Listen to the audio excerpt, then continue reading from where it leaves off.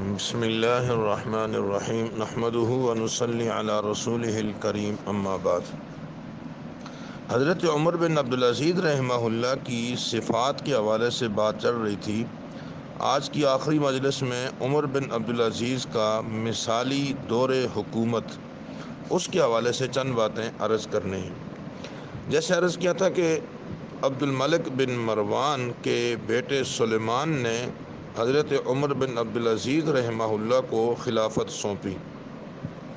جب انہیں خلافت سونپی گئی تو اس وقت بہت بڑی پریشانی وہاں بیت المال کے حوالے سے تھی کہ قومی خزانہ، اس کا بیشتر حصہ شاہی خاندان اور اس کے منظور نظر افراد کی تحویل میں تھا۔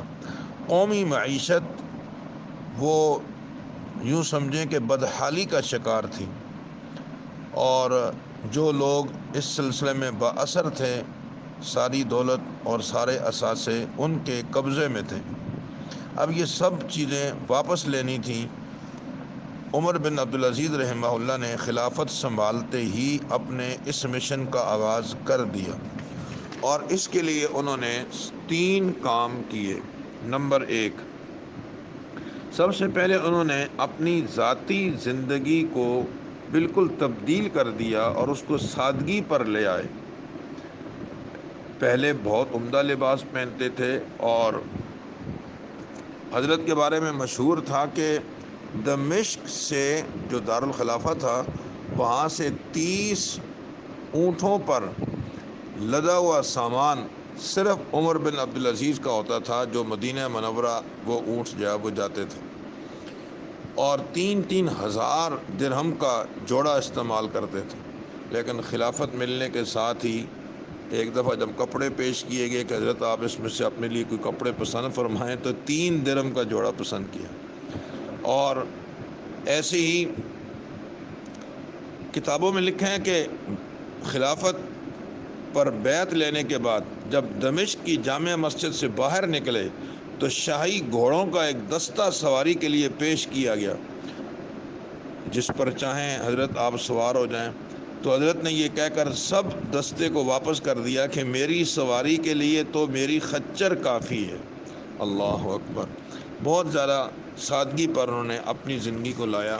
یہ سب سے پہلا کام تھا جو حضرت عمر بن عبدالعزیز نے خلافت سنبھالنے کے بعد کیا۔ نمبر 2، دوسرا انہوں نے یہ کیا کہ وصولی کا سارا وزن بڑے لوگوں پر ڈالا، جس کو ہمارے یہاں کہتے ہیں احتساب۔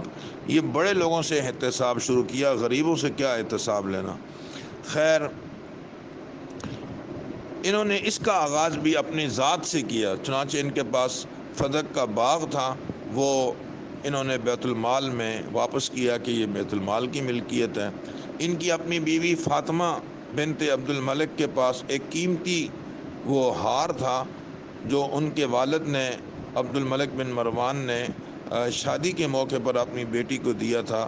عمر بن عبدالعزیز نے بیت المال میں اس کو واپس کروایا کہ یہ بیت المال کی ملکیت ہے، تمہارا اس پہ کوئی حق نہیں ہے۔ اس کے بعد خاندان خلافت کا ایک زبردست اجلاس طلب کیا اور ان سے یہ کہا کہ سابقہ خلفاء کی طرف سے جو عطیات وغیرہ اور جاگیریں تمہیں ملی ہیں وہ سب بیت المال کی ملکیت تھی، لہذا تمہیں چاہیے کہ وہ سب بیت المال میں واپس کرو، ان عطیات پر تمہارا کوئی حق نہیں۔ اگرچہ بعض حضرات نے اس پر احتجاج بھی کیا۔ حضرت ہشام بن عبد الملک نے تو بہت زیادہ مخالفت کی اور یہ کہا کہ بھائی آپ اپنی خلافت کے مسائل کو نمٹاؤ اور اپنے دور خلافت کی بات کرو، پہلے خلفاء نے جو فیصلے کیے ہیں ان کو مت چھیڑو۔ مگر حضرت عمر بن عبدالعزیز رحمہ اللہ نے ہشام بن عبد الملک سے 2 باتیں کہیں۔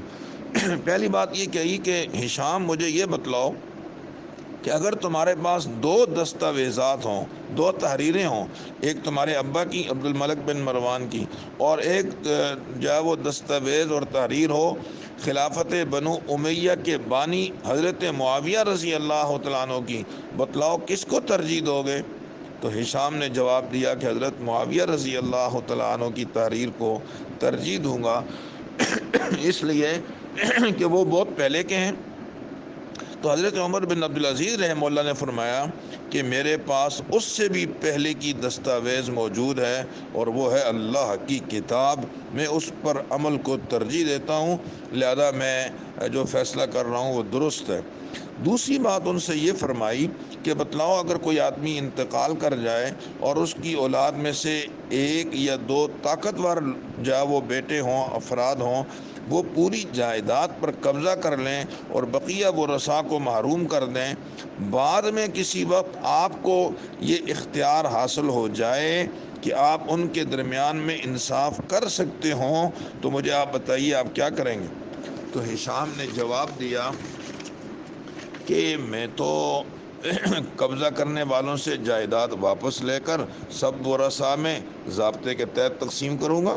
تو حضرت عمر بن عبدالعزیز رحمہ اللہ نے فرمایا میں بھی تو یہی کچھ کرنا چاہ رہا ہوں۔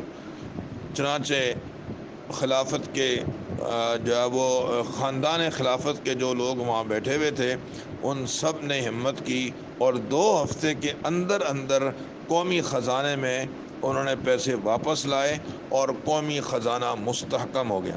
ایک تیسرا کام عمر بن عبدالعزیز رحمہ اللہ نے یہ کیا کہ عام لوگوں کے ساتھ نرمی کا سلوک اختیار کیا۔ سابقہ حکمرانوں کی طرف سے جو بہت زیادہ سختیاں تھیں وہ سب انہوں نے ختم کر دیں، اور متعدد ٹیکس منسوخ کر دیے، اور عوام سے ٹیکسوں کی وصولی کا طریقہ کار بھی بہت آسان بنا دیا۔ اس کا فائدہ یہ ہوا کہ اب بہت لوگ ٹیکس خوشی سے دینے لگے۔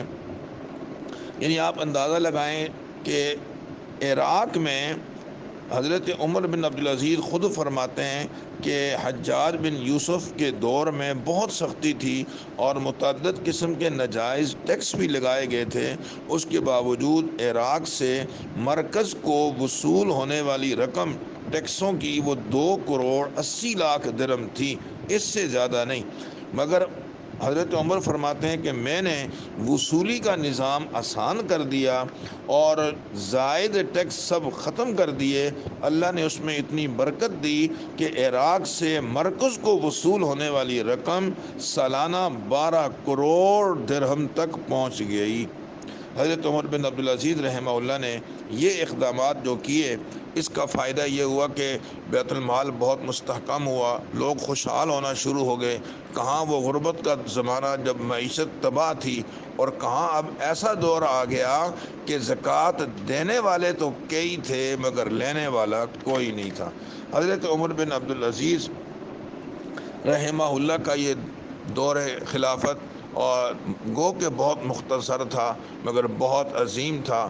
اس میں انہوں نے بہت سارے کام کیے، مساجد تعمیر کی، مسجد نبوی میں توسیع کی، انہی کے دور میں حدیث کی بہت بڑی خدمت کی گئی، اور سرکاری سطح پر باقاعدہ اس کی نشر و اشاعت کا اہتمام کیا گیا، اور مسجد نبوی کے ارد گرد جو ازواج مطہرات کے مکانات تھے، علماء کو جمع کر کے باہم مشاورت سے پرسکون ماحول بنا کر ان سارے گھروں کو حدود حرم میں اور مسجد نبوی میں شامل کر دیا گیا۔